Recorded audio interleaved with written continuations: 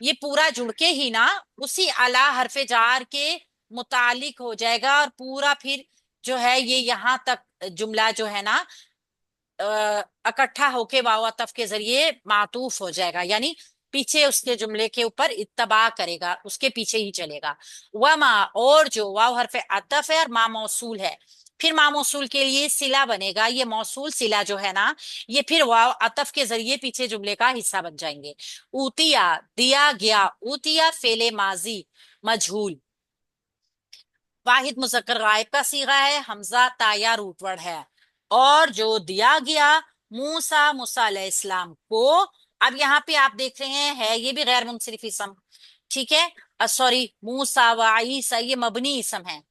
ٹھیک ہے، یہ مبنی اسم ہے۔ اب یہ مبنی اسم یہاں پہ ہم کیا بنائیں گے؟ موسیٰ علیہ السلام کو دیا گیا، عیسیٰ علیہ السلام کو دیا گیا، تو یہ یہاں پہ مفعول ہے،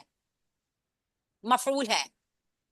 ان کو دی گئی ہے نا چیز، انہوں نے کسی کو نہیں دی ہے، تو اس کو مفعول لکھیں گے، یہ دونوں واو عطفی کے ذریعے جڑ کر مفعول بن رہے ہیں، فاعل نہیں ہے آنسر، ٹھیک کر لیں۔ جو دیا گیا یعنی کتاب دی گئی نا، شریعت دی گئی، تو جو دی گئی چیز ہے وہ فاعل ہے، اور یہ دونوں مفعولات ہیں۔ والنبیون، یہ بھی اس کے ساتھ واو عطف کے ذریعے مفعول جڑ کر آ گیا ہے، نون با حمزہ اس کا روٹ ورڈ ہے، اور یہ اونا یعنی جو ہے تمام انبیاء علیہ السلام کو، من ربہم اپنے رب کی طرف سے، ان کے رب کی طرف سے دی گئی ہے، تو من حرف جار ہے، ربہم مرکب اضافی کا پیٹرن ہے، اور پھر مرکب جاری بن رہا ہے۔ تو یہاں پہ ہم نے کیا دیکھا ہے کہ یہ پورا جملہ جو ہے نا، جملہ فعلیہ ایک بن جائے گا، یہ من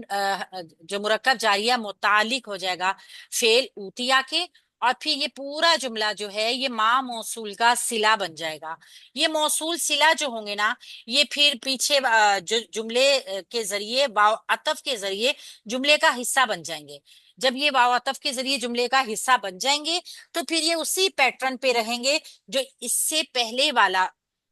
جو حصہ تھا نا وہ تھا، یعنی کہ اس سے پہلے والا حصہ کیا تھا؟ اعلی حرف جار کی وجہ سے مجرور ہو کے مرکب جاری کا سارا پیٹرن بن رہا تھا نا، تو پھر یہ بھی واو عطفی کے ذریعے پھر وہی مطلب مرکب جاری والا ہی پیٹرن بنا لے گا اپنا سارا۔ اچھا، یہ آیت نمبر کون سی آ رہی ہے؟ آیت نمبر 84 آ رہی ہے نا؟ آیت نمبر 84 آ رہی ہے۔ اچھا سوری، ہم صحیح آنسر، سوری آپ ٹھیک تھی۔ موسیٰ و عیسیٰ والنبیون، یہ سارے نائب الفاعل ہیں، اس لیے یہ فاعل کے مفعول کے سٹیٹس پہ آ رہے ہیں،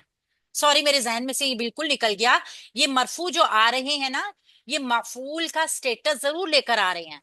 اصل میں یہ سارے جو ہے نا فاعل بن کر آ رہے ہیں، کیونکہ یہ نائب ہوں گے، نائب الفاعل ہوں گے۔ نائب الفاعل کیا ہوتا ہے؟ منصوب اسم ہوتا ہے، سوری ہوتا وہ مفعول ہے، لیکن وہ کیا کرتا ہے؟ وہ فاعل کا سٹیٹس لے لیتا ہے، ہوتا اصل میں وہ جملے کا مفعول ہی ہے، جیسے ہمیں یہ کو کے میننگز میں آ رہے ہیں نا سارے، تو یہ اب سارے نائب الفاعل ہیں، جو اوتیا ماضی مجہول کی وجہ سے جو ہے یہ تینوں مرفوع نظر آ رہے ہیں، نائب الفاعل ہے، اصل جملے کے یہ اصل میں ہوتا یہ مفعول ہی ہے، مبنی ہونے کی وجہ سے تھوڑا سا مجھے ہوا تھا تھوڑی سی گڑبڑ نا، ٹھیک ہے۔